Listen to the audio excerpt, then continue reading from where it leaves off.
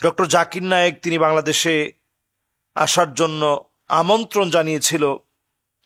বাংলাদেশের programme organiser ছিলেন ইপার্ক events. ইপার্ক events ম্যানেজমেন্টের পক্ষ থেকে তারা এই সুন্দর কার্যক্রমে তারা হাত দিয়েছিলেন। ইপার্ক ইভেন্টস ম্যানেজমেন্ট তারা অত্যন্ত আশা নিয়ে বাংলাদেশে অল্প কয়েকটা প্রোগ্রাম করানোর জন্য ওনাকে দাওয়াত করেছিলেন। বিভাগ ওয়াইজ হয়তো কয়েকটা প্রোগ্রাম হতো, এবং তারা কিন্তু ফাইনালি কোনো কথা জাতির সামনে খুব অ্যালাউ করে অথবা খুব হাইলাইটস করে নিজেদেরকে প্রচার করবেন, ইপার্ক ইভেন্টস ম্যানেজমেন্ট এই কাজটা কিন্তু করে নাই। তারা কিন্তু পারত, যখন থেকে দাওয়াত দিয়েছে বিশাল করে তাদের নিজেদের প্রচার প্রচারণা এগুলাতে তারা মত্ত হয়ে যেতে পারত এবং ব্যস্ত থাকতে পারত। সেটা তারা না করে বরং তারা চেষ্টা করেছে যে একজন দায়ী আসবে, তাকে কিভাবে সুন্দরভাবে বাংলাদেশে ওয়েলকাম করা যায়। কিন্তু আমরা দেখেছি নানাভাবে কতজন আসলো, কোনো বাধা নাই। একজন দায়ী ইলাল্লাহ উনি আসতে পারল না, শুধুমাত্র বাংলাদেশে এই কথা বলা হলো যে উনি আসলে পরে ওনাকে সিকিউরিটি দেওয়া যাবে না। এই সিকিউরিটির বিভিন্ন দিক দেখিয়ে ওনাকে কিন্তু আসতে দেওয়া হলো না। আমরা এতে মর্মাহত হয়েছি। ডক্টর ইউনূস সরকারের কাছে আমরা এমনটা আশা করিনি। আমরা আশা করেছিলাম যে বাংলাদেশের আমলে একটা পরিবর্তন হবে, মানুষের ভিতরে একটা একটা জাগরণ তৈরি হবে, কিন্তু আমরা সেটা আমরা পাইনি। আসলে এটা বড় একটা জুলম, এটা এত বড় একটা জুলম যেখানে নায়ক নায়িকা গায়ক গায়িকা আসলে কোনো বাধা হয় না, যেখানে পর্ন স্টার পর্যন্ত বাংলাদেশে আসে কোনো সমস্যা হয় না, কিন্তু সেখানে বাংলাদেশের ডক্টর জাকির নায়েকের মতো এমন একজন ব্যক্তি যিনি অগণন পৃথিবীর মানুষের কাছে প্রিয় একজন মানুষ, কম্পারেটিভ রিলিজিয়ানের উপরে সবচেয়ে বেশি দক্ষ যিনি, এত চমৎকার কথাগুলো তিনি বলেন যেগুলো আসলে সচরাচর চিন্তা করা যায় না। এবং আল আজহার বিশ্ববিদ্যালয়ে আমি যখন ছাত্র ছিলাম সেই ছাত্র জীবনের স্মৃতিগুলো এখনো আছে। আল আজহার বিশ্ববিদ্যালয়ে তিনি যখন গিয়েছিলেন তিনি কোনো সংঘাত তৈরি করেননি, বরং মুসলমানদের এমন হিম্মত বাড়িয়ে তুলেছিলেন।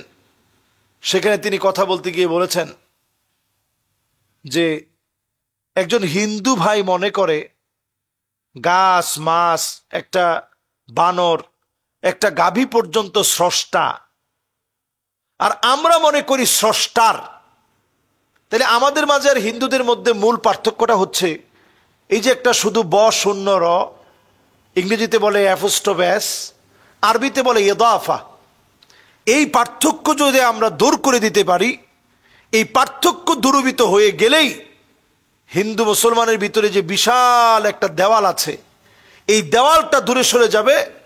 তারাও এক ঈশ্বরবাদ, এক আল্লাহ বিশ্বাসী হবে, কারণ তাদের ধর্মগ্রন্থ বলছে মা তাসিফাতি মা আস্তি, প্রভুর কোনো প্রতিকৃতি নাই, ফটো নাই, ভাস্কর্য নাই, মূর্তি নাই। যদি মূর্তি না থাকে তাহলে আপনি মূর্তির পূজা কেন করবেন? এই চমৎকার কথাগুলো যিনি তুলে তুলে ধরেন, আমাদের দেশে আসলে অনেক বড় উপকার হতো।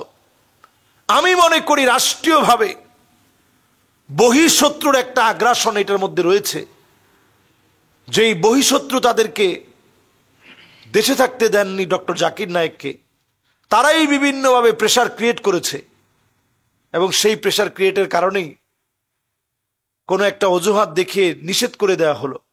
ওনার তো কোনো ক্ষতি হয়নি, বরং আমরা ক্ষতিগ্রস্ত হয়েছি। এবং আমি বলবো শুধুমাত্র বহিরাষ্ট্র থেকে কোনো কথার কারণে আপনি সিদ্ধান্ত নিয়েছেন কিনা এটা দেখার পাশাপাশি আমাদের এটাও দেখতে হবে দেশের ভিতরে এমন কিছু লোক আছে যারা এখনো পর্যন্ত আলেমদের ঐক্যে ফাটল ধরানোর জন্য সজাগ রয়েছে। তারা কোনোভাবে চক্রান্ত করেছে কিনা এই বিষয়টাও খতিয়ে দেখার সময় আসছে।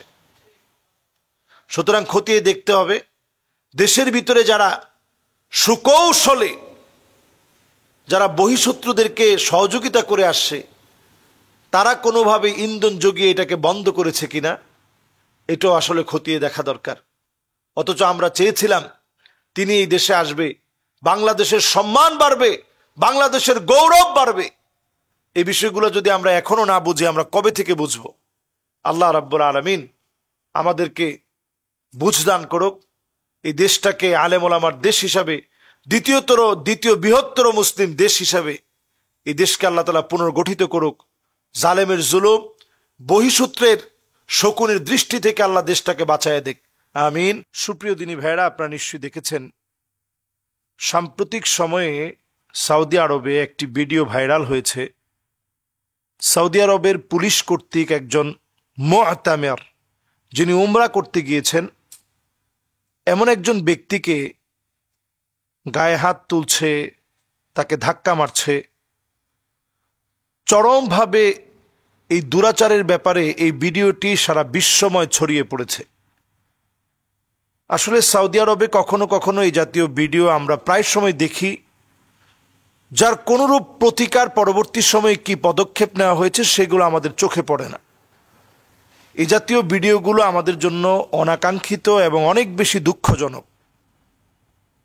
কাইফা তারুদ্দুন আল হুজ্জাজ, একজন হাজী সাহেবকে কি করে একজন সৌদি পুলিশ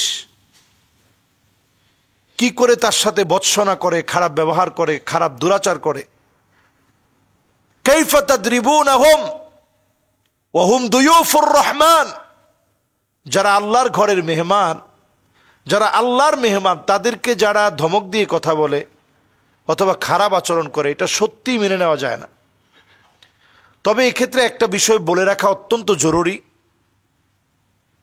এমন কিছু জায়গা আছে যে জায়গাগুলোতে অনেক সময় দেখবেন দাঁড়ানোর কারণে অন্যান্য মানুষের নামাজের বিঘ্ন ঘটবে, অথবা এই পথটা বন্ধ করে দিলে অনেক মানুষ হয়তো নামাজ পড়তে পারবে না। এই কষ্টসাধ্য হওয়ার কারণে অত্যন্ত নিয়মতান্ত্রিকভাবে সৌদিতে এই বিষয়টাকে মেনটেন করা হয়।